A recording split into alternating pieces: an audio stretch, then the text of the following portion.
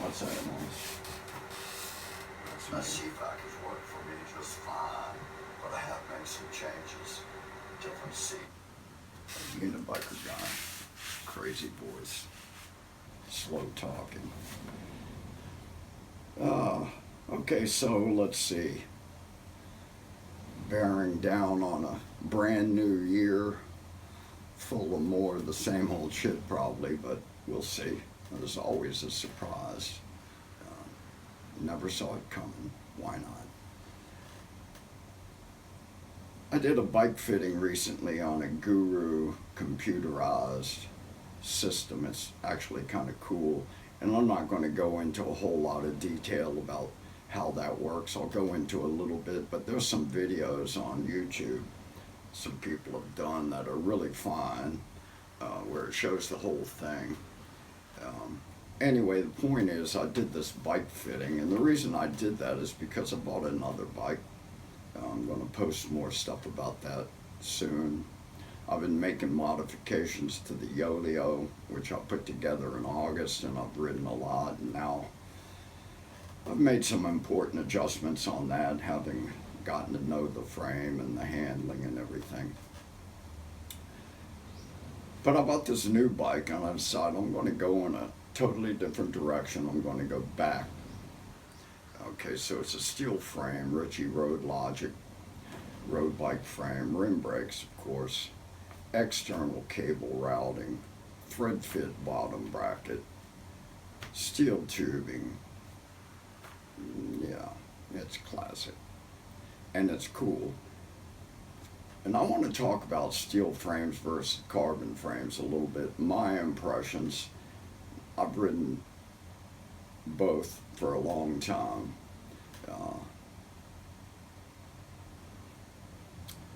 But the Guru bike fitting, that was part of the deal with buying the Ritchie frame. Now, I went into this bike shop in northern Bangkok looking for some Castelli bibs, a particular one. And the lady that owns it, she said, well, you should come in and try them on. That's the best way. So I did that. I went there not thinking about Ritchie bikes. Hadn't thought about Ritchie bikes for a long time. Got the Castelli. Of course, walking into a bike shop is like going down a rabbit hole for somebody like me. You just never know where it's going to lead, and it's all interesting. So I looked at everything in the shop. I mean, I look at everything. I'm the same way in a hardware store. I go down every aisle and I look at everything because there's a tool I need and I don't have. I know it's in here. I just need to find it. Same with bike stuff. I love bike stuff. So I get the bibs, and the lady, she's really typically kind and polite and nice and funny Thai person. And her husband, they own this shop. It's a small shop, but it's high end. It's nothing but really good stuff.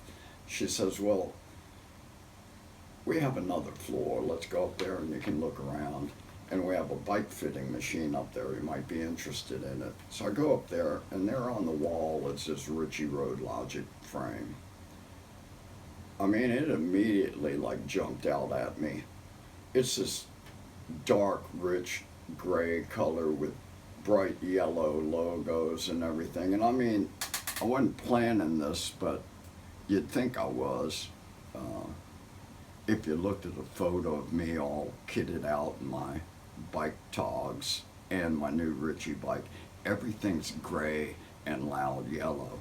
Now I bought these Northwave cycling shoes a year or so ago, and they're the same color gray as this frame, and that sort of bright, vibrant, almost fluorescent yellow that's popular on bike stuff. That's the trim on the shoes. I have another set of shoes made by Giro, knit shoes, lace-ups, gray, light gray, same bright fluorescent yellow trim and shoelaces. I have a helmet. It's matte gray, dark gray. I'm gray. I don't know. So I see this frame on the wall. I'm going, what the fuck? That's my bike. I didn't even know it, but there it is. That's my bike. So I knew right then I was going to buy that frame. And I'd been looking around. I had been in touch with the people in France with the CFOC factory. I thought, I'm going to fly to France. I'm going to do a bike fitting at their plant.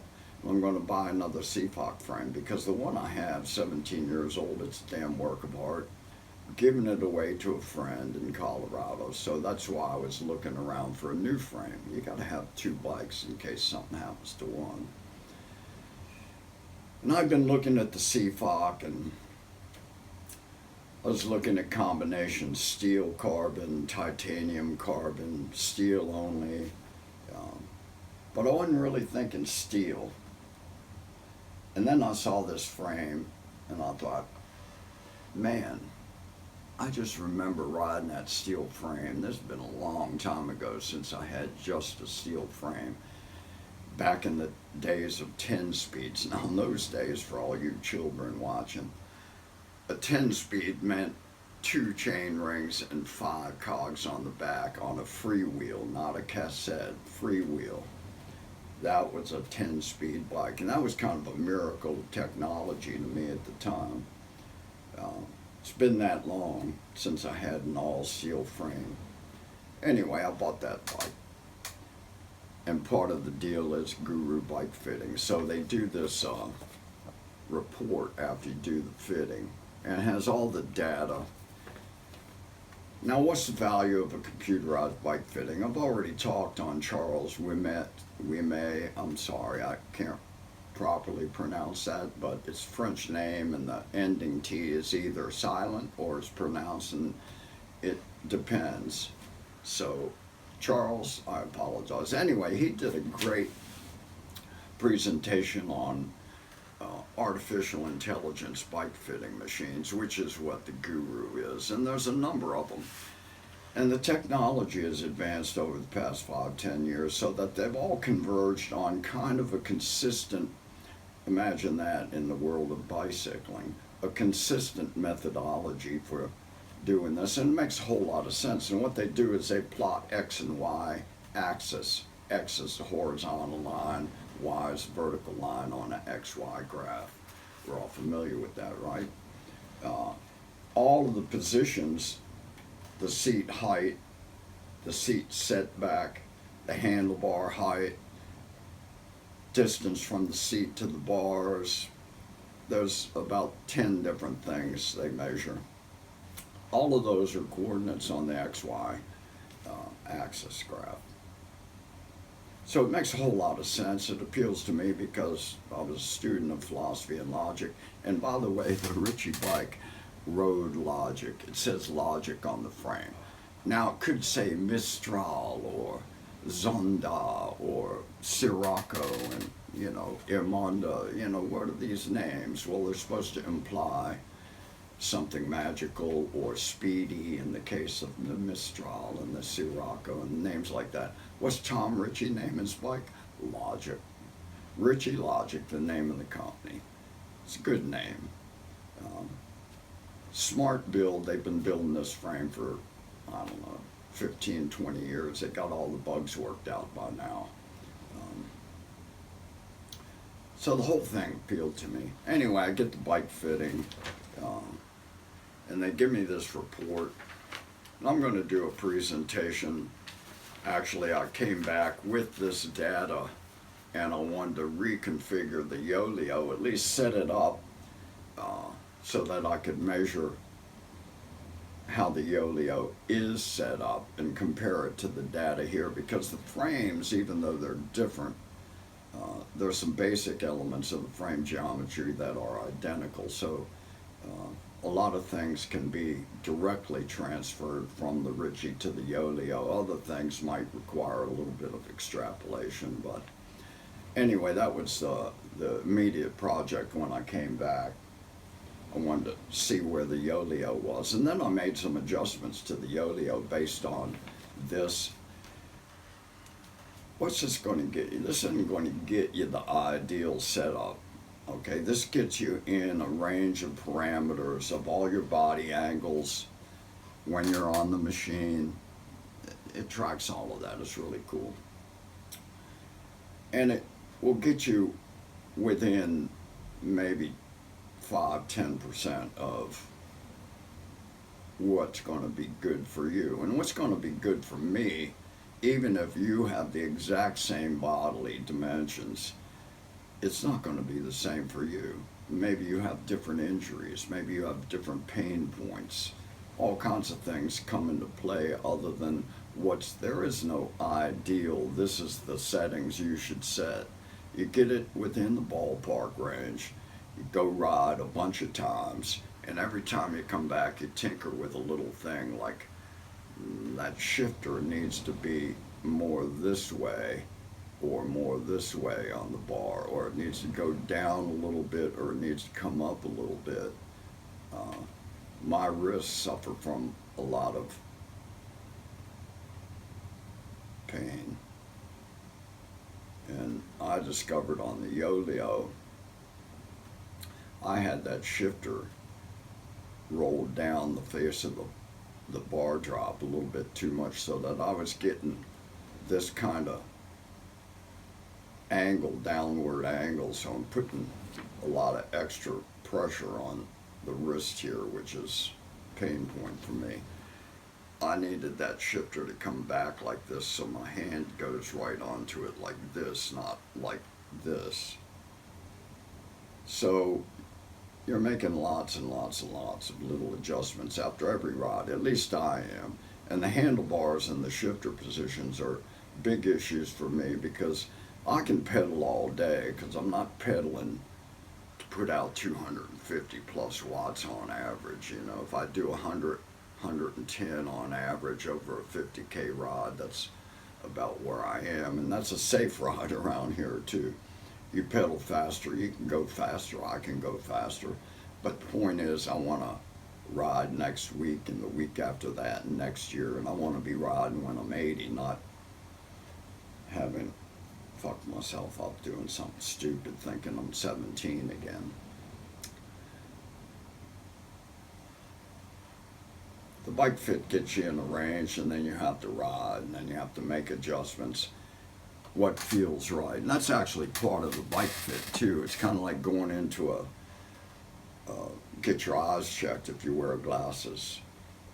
They put the machine on you and they change the lenses, and the guy says, well, how's that look? Well, it looks blurry. How's that look? That's better. How's that look? That's even better. No, that's back to blurry again. Okay, let's cut it back. How's that? That looks really good. Okay. They do the same thing when you're doing the bike fitting, because these machines, not only can they simulate incline and decline angles and measure your body movements and your pedaling and all of that stuff,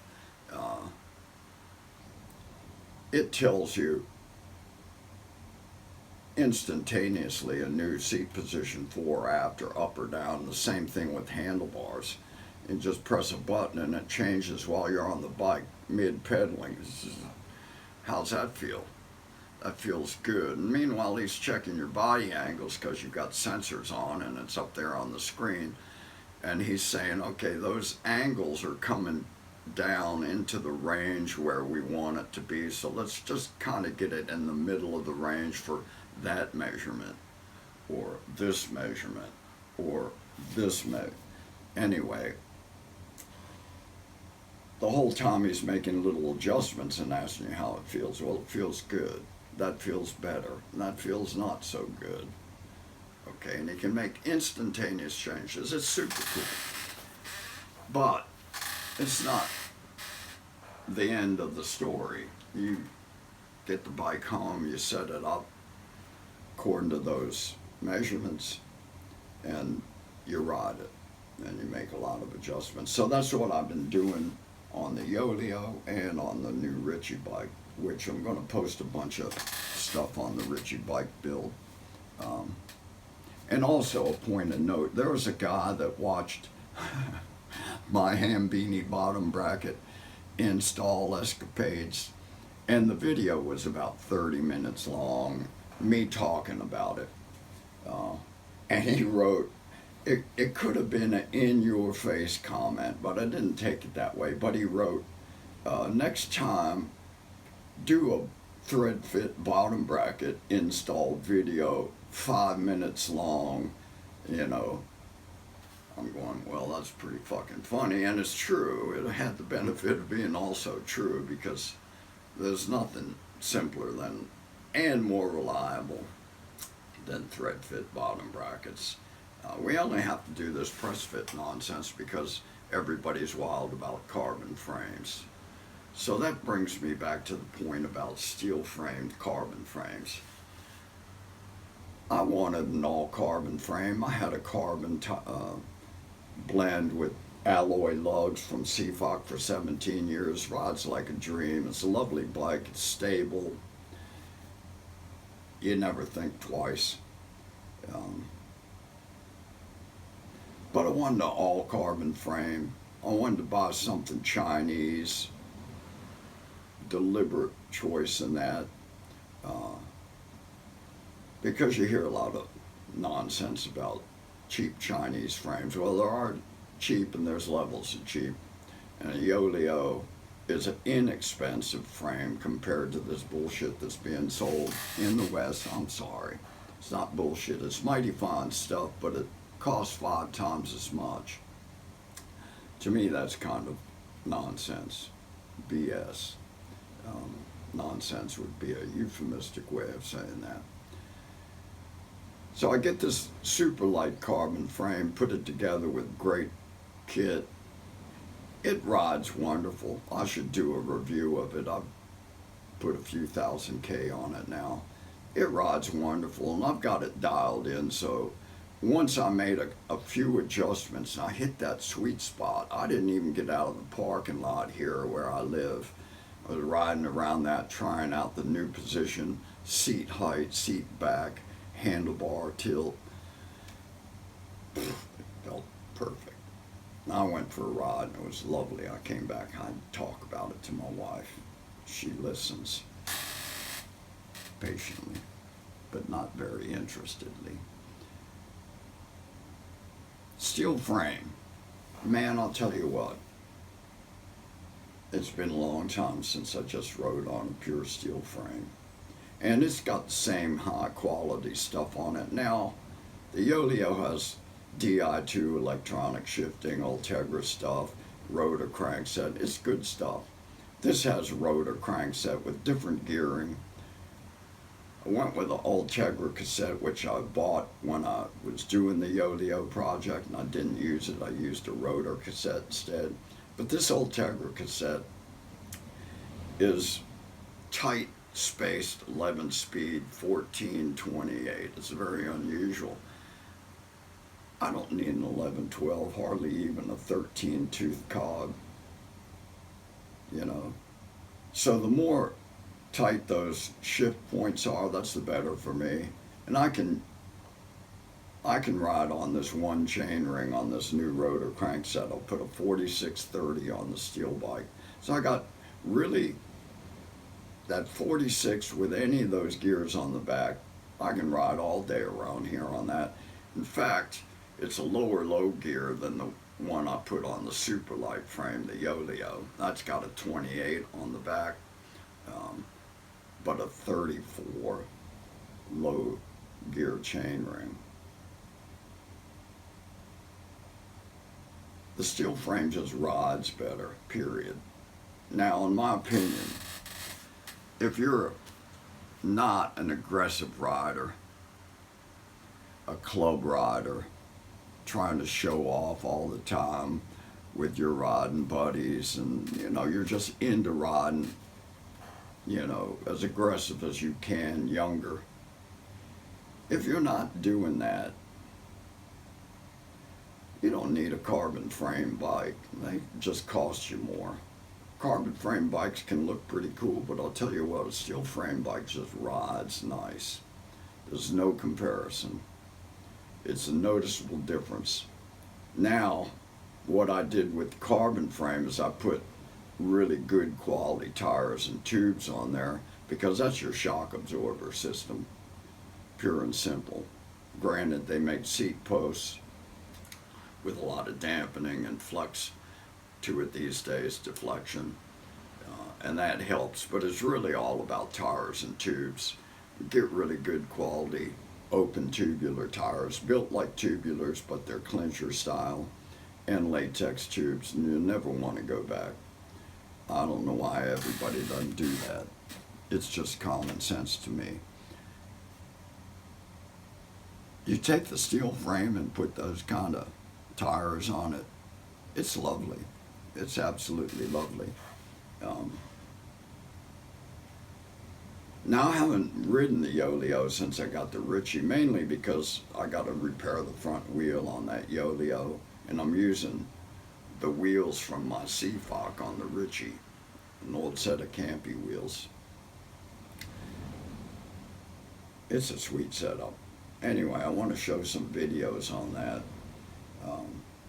And I don't do a whole lot of editing. I apologize, but this is not about making a money for me. It's just documenting what I do. And if you're interested, you're interested. And if you're not, that scroll button works really well. However, that puts you in jeopardy of missing out on some of the Unabiker's incalculably valuable humor and side notes. But it's up to you.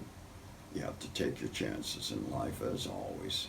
Anyway, thanks for paying attention, and good riding, y'all.